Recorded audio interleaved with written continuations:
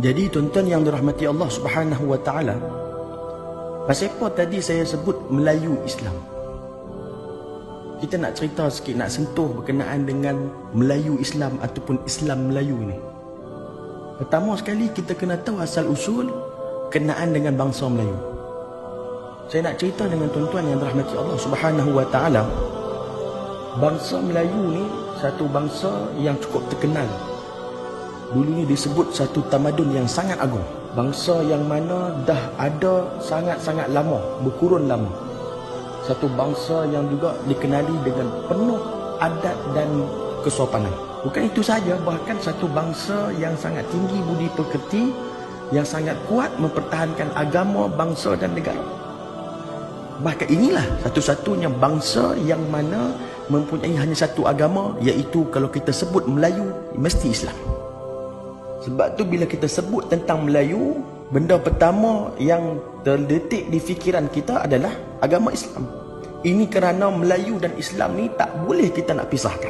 Berbilang bangsa yang ada di dunia ini, setiap bangsa tersebut mempunyai pelbagai agama. Tapi tak, bangsa Melayu tidak. Kerana hanya ada satu agama sahaja, iaitu agama Islam. Bangsa Melayu ini, kalau kita tengok daripada sejarahnya, bermula daripada alam kepulauan. Malah bangsa Melayu merupakan satu-satunya bangsa di dunia ini yang mana habitat asal Melayu itu bukan di atas satu dataran yang besar, tetapi di atas gugusan-gugusan kepulauan. Nama Nusantara, iaitu panggilan lain bagi kepulauan alam Melayu itu sendiri, membawa maksud satu benua yang terdiri dari pulau-pulau. Ketua ulama Syekh Ahmad Al-Fatani berkata, Melayu ni adalah kelompok atau segolongan besar manusia. Negeri-negeri mereka adalah sesubur-subur negeri dunia. Satu orang tokoh yang disebutkan namanya Dr. Burhanuddin Al-Hilmi berkata bangsa Melayu adalah satu bangsa yang bersendiri di antara beberapa bangsa dalam dunia ini yang ada kawasan negeri.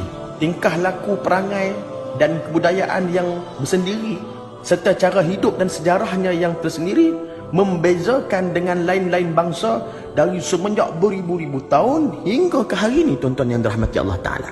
Jadi tujuan saya nak cerita kepada tuan-tuan semua yang dirahmati Allah Ta'ala, macam mana Islam mula-mula mai ke tempat kita. Dakwah Islam ni mula tersebar di alam Melayu sejak abad ke-7 Masihi lagi, iaitu abad pertama Hijrah, berterusan hingga abad ke-8 secara istiqamah oleh pedagang-pedagang ataupun pendakwah Arab ni. Walaupun belum ada kerajaan Islam yang terbentuk di alam Melayu pada abad ke-7 dan abad ke-8 Masihi, namun masyarakat Melayu ketika itu, terutamanya para pedagang, telah memeluk agama Islam. Kita boleh lihat agama Islam mula bertapak ke alam Melayu ini melalui dua tempat, iaitu kerajaan Kedah Tua dan Perak yang dalam daerah Aceh Utara pada hari ini. Melalui dua tempat inilah agama Islam terus berkembang dengan pesat di alam Melayu. Sebuah rombongan Islam telah mendarat di Perak sekitar tahun 820 Masihi. Salah seorang daripada rombongan tersebut yang bernama Said Ali bin Muhammad bin Ja'far Sadiq, yang merupakan Ahlul Bait, yakni keturunan Rasulullah SAW, yang berkahwin dengan puteri Perak yang bernama Puteri Makhdum Tanshuri. Maka dari pernikahan ini lahirlah zuriat daripada mereka ini yang bernama Said Abdul Aziz. Maka di situ terbentuklah kerajaan Islam yang pertama di alam Melayu, iaitu kerajaan Islam Perak sekitar tahun 840 Masihi, yang dipimpin oleh Sultan Ali bin Said Maulana Abdul Aziz, iaitu anak kepada Said Ali bin Muhammad bin Ja'far As-Sadiq dan Puteri Makhdum Tanshuri. Kerajaan Kedah Tua ni pula dikatakan Islam telah mula bertapak selewat-lewatnya pada abad ke-9 Masihi melalui pedagang-pedagang Arab. Salah satu tokoh dia yang bernama Syekh Abdullah Al-Qumairi Al-Yamani merupakan salah seorang pendakwah yang pertama yang menyebarkan agama Islam pada kerajaan Kedah Tua. Hal ini dibuktikan dapat dikuatkan lagi apabila ahli arkeologi menemui batu cop nama yang tertulis perkataan Ibnu Sirdan, yang mana merupakan kepunyaan anak murid kepada Syekh Abdullah Qumairi. Hubungan kerajaan Kedah Tua dan dunia Arab ni dapat dibuktikan, tuan-tuan, dengan mana dijumpai mata wang shilling zaman Khalifah Al-Mutawallil yang bertarikh tahun 848 Masihi yang ditemui di Lembah Bujang. Bukan itu sahaja, bahkan kerajaan Islam Kedah Tua juga pernah membantu Sultan Salahuddin Al-Ayubi bagi menawan kota Baitul Maqdis dalam misi perang salib. Kerajaan Islam Kedah Tua juga yang juga dikatakan turut menghantar bahan-bahan rempah kepada Sultan Salahuddin, kerana waktu itu bahan rempah sangat-sangat penting untuk mengawet bekalan makanan ketika mana peperangan. Kalau kita lihat pula, kerajaan Islam yang ada di Melaka pernah menghantar surat amaran kepada kerajaan Perancis, surat ancaman tuan-tuan. Kerana waktu itu dikatakan kerajaan Perancis hendak menyerang kota Makkah.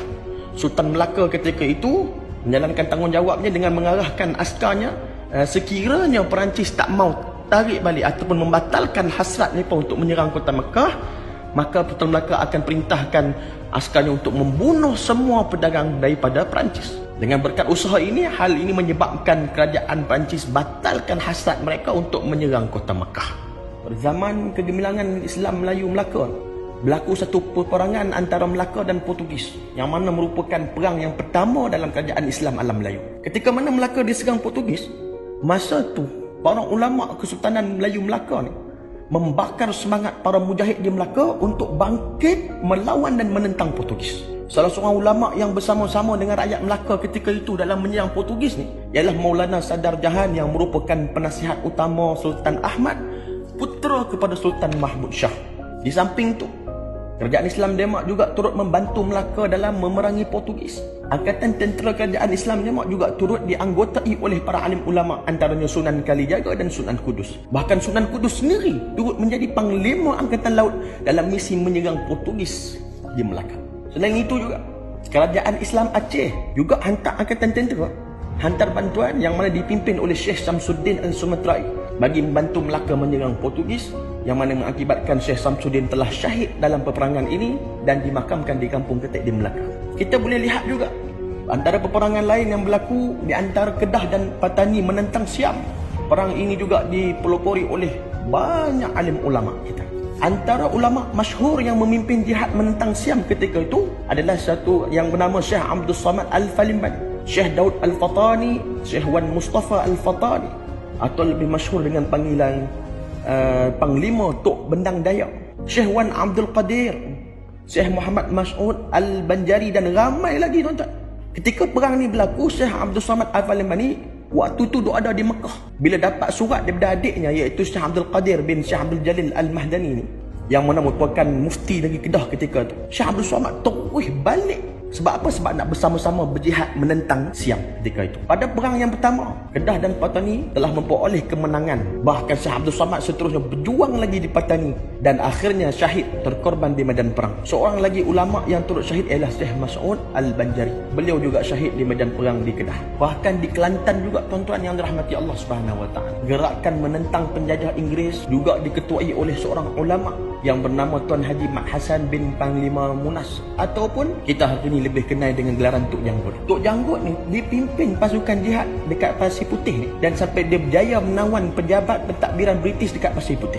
Pada tahun 1915, Tok Janggut bersama dengan angkatan tenteranya diserang oleh pihak British dekat kampung Dalam Pupuh, dan akhirnya Tok Janggut pun syahid di medan peperangan tersebut. Kalau kita tengok pula di Terengganu, satu orang ulama yang sangat berpengaruh iaitu Tuan Guru Haji Abdul Rahman Limbong juga mengetuai gerakan dan pasukan menentang penjajahan Inggeris di Terengganu pada tahun 1928. Pasukan Tuan Guru Haji Abdul Rahman Limbong berjaya menawan bangunan kerajaan di Kuala Berang. Namun tuan-tuan, pasukan poli Inggeris telah melakukan serangan yang mana menyebabkan 11 orang syahid dan angkatan tentera yang lain telah ditangkap dan dipenjara seumur hidup. Dan juga Tuan Guru Haji Rahman Limbong tadi telah dibuang daerah. Lalu beliau berhijrah ke kota Makkah dan menghembuskan nafasnya yang terakhir di sana. Inilah cerita yang saya sebutkan tadi kepada tuan-tuan yang dirahmati Allah Ta'ala, menunjukkan bahawa betapa semangat Islam, jihad yang ada dalam diri ulama-ulama dan juga nenek moyang kita terdahulu, yang mana membangkitkan semangat mereka demi menjaga tanah air dan juga bangsa ini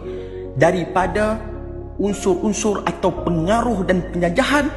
Untuk apa? Untuk memberikan keselesaan kepada kita hari ini. Ini semua adalah perjuangan kerana Allah Subhanahu Wa Taala demi menjaga agama, bangsa dan negara.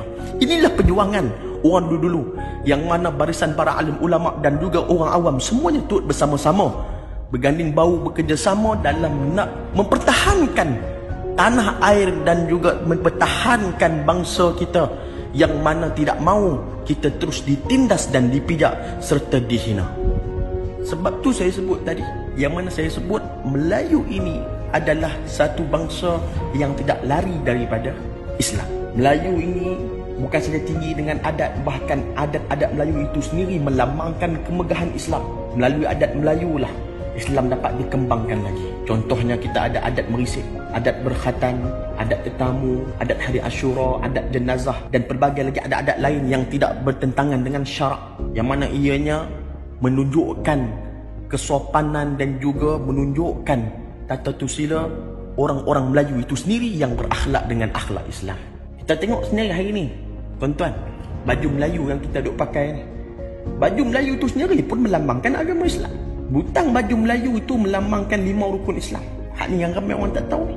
3 saku ataupun poket baju adalah akidah, syariat dan tasawuf. Dan sampin pula melambangkan kesungguhan menjaga nafsu, syahwat, aurat dan maruah. Oleh itu tuan-tuan yang dirahmati Allah Subhanahu wa taala, kita sebagai orang Melayu, Islam menjaga bangsa Melayu ini. Ini adalah amanah daripada Allah Ta'ala untuk kita. Ini adalah satu anugerah yang Allah berikan kepada bangsa kita.